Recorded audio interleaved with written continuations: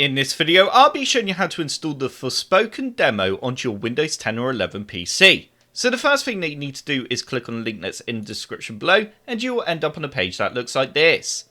Once you're on this page, you now need to click on Install Steam, and you then need to run the Steam setup file. You then need to click on Next, and you now need to select your language, and then click on Next again.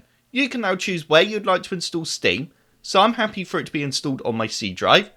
You now need to go ahead and click on Install once you have chosen a destination folder for Steam to be installed to.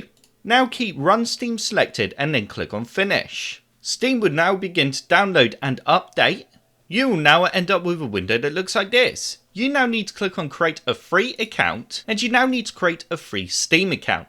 Once you've done that, you then need to type in the account name and then the password and click on Sign In. Once you have signed into Steam, now go ahead and click on Store at the top, and then click in the search box and then type in Forspoken. Now go ahead and click on Forspoken. You will now see an option that says Download Forspoken Demo. Go ahead and click on Download. You then need to choose where you'd like to install the demo, and if you want to create a desktop shortcut and a start menu shortcut. So if you do want to change the install location, click on the down arrow and then select Create a new Steam library on the drive that you want to install the game onto. So I'm happy to install it on my C drive. Go ahead and click on Next once you're ready. If you agree to the terms, click on I agree, and the game will now begin to download and install. If you want to view how the download is going, go ahead and click on Manage Downloads, and you will then see the download progress. As you can see, I've got about 40 minutes until the demo's finished downloading and installing.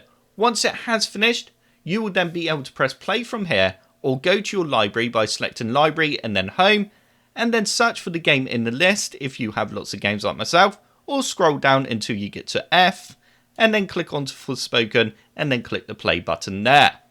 So that does now bring me to the end of this video.